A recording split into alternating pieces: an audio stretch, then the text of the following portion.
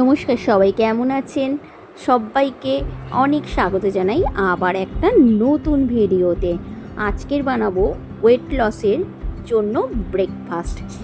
একদম সিম্পল ঘরোয়া জিনিস দিয়ে, কোনো আহামরি ব্যাপার নেই। চলুন কি করি সেটা দেখালাম আপনাদের অবশ্যই। আগের দিন এগুলো হলো ওই যে তরকার ডাল বা অনেকে গ্রিন মুগ বলে, এগুলোকে আমি আগের দিন রাত্রে ভিজিয়ে রেখেছিলাম।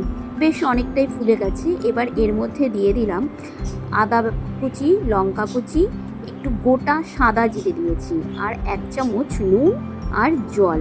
ডালটা অবশ্যই রাতে যে ভিজিয়ে রাখবেন, তারপর ভালো করে ধুয়ে নিতে হবে। এবার মিক্সারে ব্লেন্ড করে নিলাম। ব্লেন্ড করার পর দেখুন কত স্মুথ একটা পেস্ট হয়েছে, কোনো দানা নেই। বেশ খুব সুন্দর একটা পেস্ট হয়েছে। এই গ্রিন মুগ দিয়ে এই ব্রেকফাস্টটা করলে খেতেও যেরকম ভালো হয় আর খুব হেলদি হয়, আর পেটটাও অনেকক্ষণ ভরা থাকে। দেখুন কি সুন্দর পেস্টটা হয়েছে, দারুণ লাগছে। খেতে এত ভালো হয়, দেখেছেন পুরো স্মুথ, কোনো কিচ্ছু দানা নেই। চলুন এবার কিভাবে বানাই সেটা দেখাই। খুব সামান্য পরিমাণে ফ্রাই প্যানে সাদা তেল দিয়ে দেবো। আপনারা চাইলে না দিলেও পারেন, অনেকেই আছে অলিভ অয়েল খায়, তারা অলিভ অয়েল দিয়েও এটা বানাতে পারেন। তারপরে 2 হাতা পেস্টটা আমি এর মধ্যে দিয়ে দেবো। এটা দুরকমভাবেই আমি বানাবো, সেটাই এখন আপনাদেরকে দেখাবো।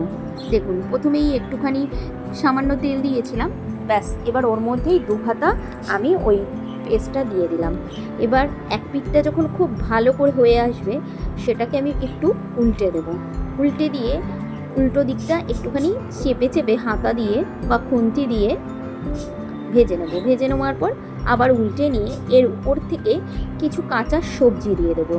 আপনারা যে কোনো সবজি দিতে পারেন, আপনি যেই সবজি খেতে পছন্দ করবেন।